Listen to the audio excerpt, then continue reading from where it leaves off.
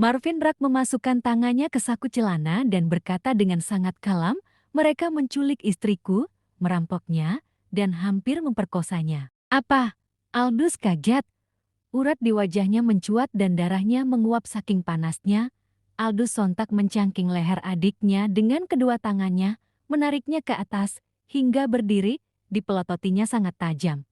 Apa kau sudah gila berurusan dengan Tuan Rak? Gedebak, gedebuk, tidak hanya mimisan, wajah Dion habis babak belur dihajar Aldous dengan sangat garang.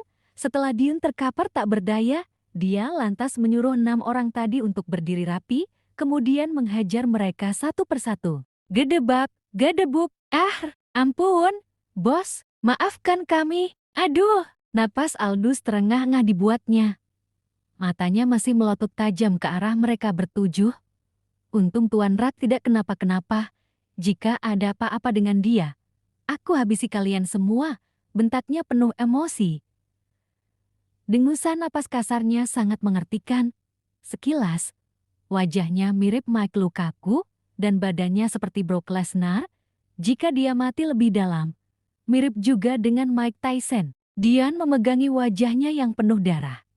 Kak, apa yang kau lakukan? Memangnya dia siapa? Aldous meludah.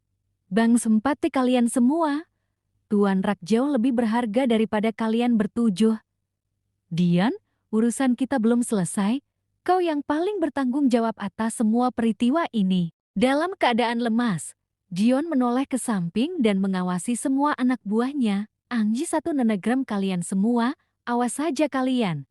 Sungutnya murka. Meskipun masih sangat kesal, Marvin Rak sepertinya harus segera pulang. Dia tidak mau berlama-lama di tempat kotor ini.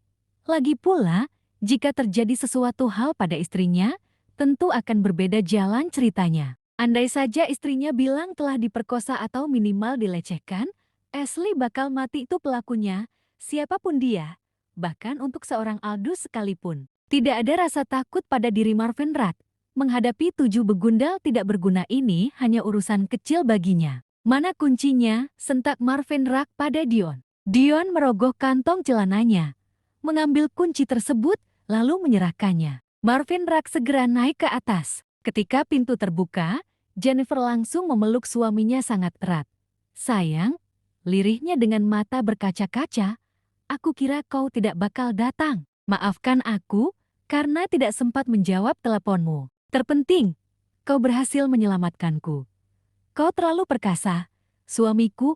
Apa kau tidak sadar, kalau dari tadi aku memperhatikanmu dari sini, kau luar biasa. Marvin Rak melepaskan pelukannya dan menatap istrinya dalam lalu berkata, aku terlampau semangat melakukannya, alasannya karena dirimu. Sayang, kau lebih berharga dari apapun di dunia ini.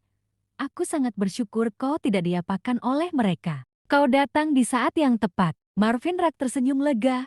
Aku pikir, kau lebih suka vanila yang ada list stroberinya daripada coklat di bawah sana itu. Jennifer tidak bisa menahan untuk tidak tertawa. Ya, rasamu jauh lebih enak, sayang. Ketika semua barang milik Jennifer telah berhasil diamankan kembali, Marvin Rak bersama istrinya tersebut berbicara di hadapan Aldous dan disaksikan oleh 7 orang itu. Jika aku laporkan kepada polisi, mereka akan malas mengurusnya. Aldous Mogen, aku serahkan mereka semua padamu. Besok aku akan menemui kembali membahas bagaimana nasib bisnis keluarga Mogen. Mendengar omongan Marvin Rak yang sangat serius dan nadanya seperti menggertak, Aldous Mogen merendahkan dirinya di hadapan Marvin Rak. Bahkan, dia tidak berani menatap matanya. Setelah membuang napas pendek, dia pun berkata pelan, Tuan Rak, kenapa Tuan bicara seperti itu? Jika Tuan menginginkan mereka semua sekarat dan masuk rumah sakit agar Tuan merasa puas, aku sendirian yang akan menghabisi mereka sekarang juga. Terpenting, Tuan memaafkan kami. Marvin tak berekspresi. Tak ada senyum apapun.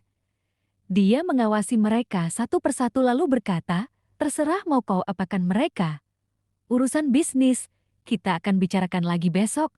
Aku mau istirahat. Mobil Marvin Rak dan Jennifer Winston pun melaju di jalanan ujung kota yang sepi. Marvin berada di depan. Dia lebih banyak mengawas spion dalam dan luar daripada mengawas jalanan di hadapannya.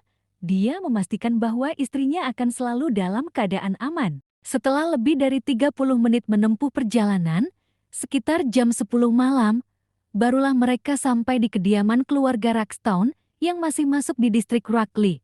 Ketika masuk di kawasan ini, meskipun sepi, namun tetap aman, jauh berbeda jika dibandingkan Cernis yang gelap dan menakutkan. Setibanya di rumah, mereka disambut oleh Warner Rackstone dan Lord Warner agak kaget. "Anakku, pasti kau habis berkelahi lagi." Ibunya berdecak gelisah. "Astaga, Marvin, kau berkelahi di mana?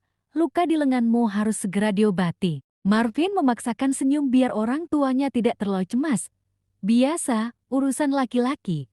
Ayah dan ibu tenang saja. Biar Jennifer istriku yang mengurus.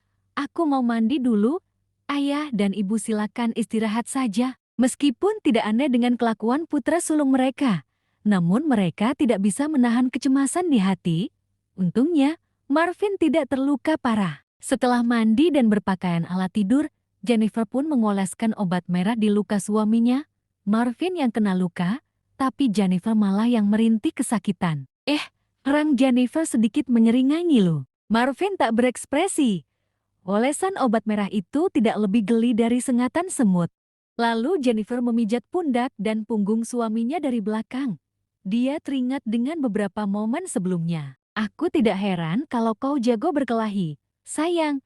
Tapi aku sangat heran, kenapa Aldous sang kepala mafia Glorystone begitu hormat padamu. Ketika berjumpa denganku tadi siang, dia bilang dengan terang-terangan padaku bahwa dia dibayar oleh Tuan Warren Harvard untuk membunuhku." "Apa? Sayang, sepertinya Tuan Warren dendam dan sangat benci padamu. Aku tidak pernah terbayang jika orang seperti dia menginginkan kau mati. Apa yang ada di dalam kepalanya? Dia itu pelit dan penakut. Dia penakut karena khawatir bisnisnya akan tersaingi olehku. Pelit karena tidak mau keluar duit yang banyak. Dia pikir Aldous mau menerima uang receh darinya." "Ya, kau benar sayang. Tapi dia salah langkah." "Tepat. Biar aku ceritakan padamu, sayang. R27 Enterprise memiliki 40% saham di bisnis kotor mereka." Jennifer mengangguk paham. "Jadi wajar dong. Seandainya tadi si Dion tahu masalah sebenarnya, dia tidak mungkin berani melakukan hal seperti tadi padamu, sayang." Marvin membalik badannya. "Untungnya rasa coklat itu belum sempat kau cicipi, sayang." Jennifer menjilat bibirnya sambil menatap nafsu. "Ya, kan aku lebih suka vanila dengan sentuhan stroberi punyamu, sayang." Saat itu juga, Marvin Rack langsung menerkam istrinya, menindihnya, menciuminya, memeluknya, dengan begitu ganas dan bergairah. "I love you so much." Ketika leher Jennifer dikecup, dia pun mendesah, "I love you too so much."